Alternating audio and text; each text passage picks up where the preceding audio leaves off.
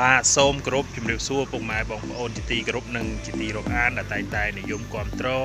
នៅផលិតផលរបស់ក្រុមហ៊ុន UPLML Group ថ្ងៃនេះក្រុមការងាររបស់ UPLML Group មកចុះដល់ទឹកដីក្នុងខេត្តក្រចេះដែលជាទឹកដីមួយដ៏សម្បូរធនធាននិងសម្បូរដំណាំគ្រប់ប្រភេទឥឡូវនេះក្រុមការងារមកដល់ទឹកដីព្រែកប្រសពខេត្តក្រចេះដែលមកមើលចំការ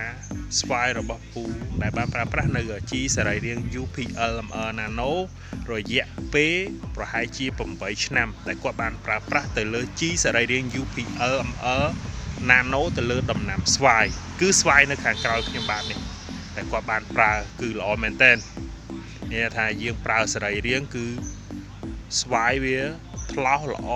មូលហើយស្អាតរាងគឺស្អាតមែនតើគាត់មានទំនុកចិត្តនៅជីសរីរាង្គ UPLML រយៈពេល8ឆ្នាំគឺល្អ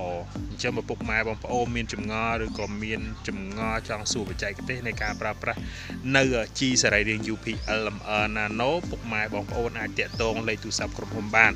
ក្រុមការងារនឹងចុះដល់ទីតាំងផ្ដល់បច្ចេកទេសនៃការប្រើប្រាស់ទៅលើដំណាំស្វាយអញ្ចឹងវិធីការប្រើប្រាស់គឺងាយស្រួលមែនតើបើសិនជាពុកម៉ែបងប្អូនមានចម្ងល់អាចតាក់ទងបានខ្ញុំបាទបុតវាសនាតំណាងឲ្យក្រុមហ៊ុន UPLML Group សូមអរគុណនិងសូមជម្រាបលា